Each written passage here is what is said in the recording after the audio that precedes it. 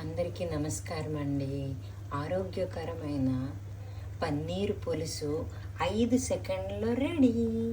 ఏమీ లేదు, పొయ్యి మీద పాలు పెట్టుకొని మరుగుతున్నప్పుడు పెరిగేసుకుంటారు, ఫిల్టర్ చేసుకుంటారు.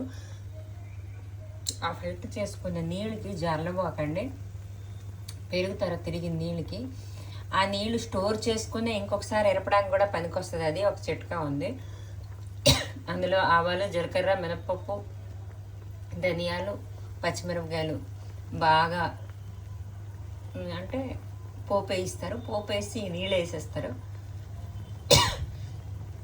మామిడి ఉరుగులు మీకు నచ్చిన టేస్ట్ ప్రకారం కొంచెం వేసుకుంటారు. తాటి బెల్లం, పసుపు, ఇంగువ పోపులో. దాని తర్వాత ఈ ఒక్క పన్నీర్ ముక్కలు వేసిస్తారు.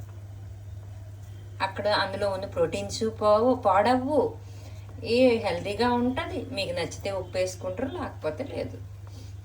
ఎవరు టేస్ట్ని బట్టి వాళ్ళు. నేను ఆయిల్ కాదు ఏమీ యాడ్ చేయలేదు, చింతపండు యూజ్ చేయలేదు, మామూలు బెల్లము యూజ్ చేయలేదు. తాటి బెల్లం కానీ హనీ కానీ మీరు ఏదైనా వేసుకోవచ్చు. ఇంతటితో సెలవు తీసుకుంటున్నానండి.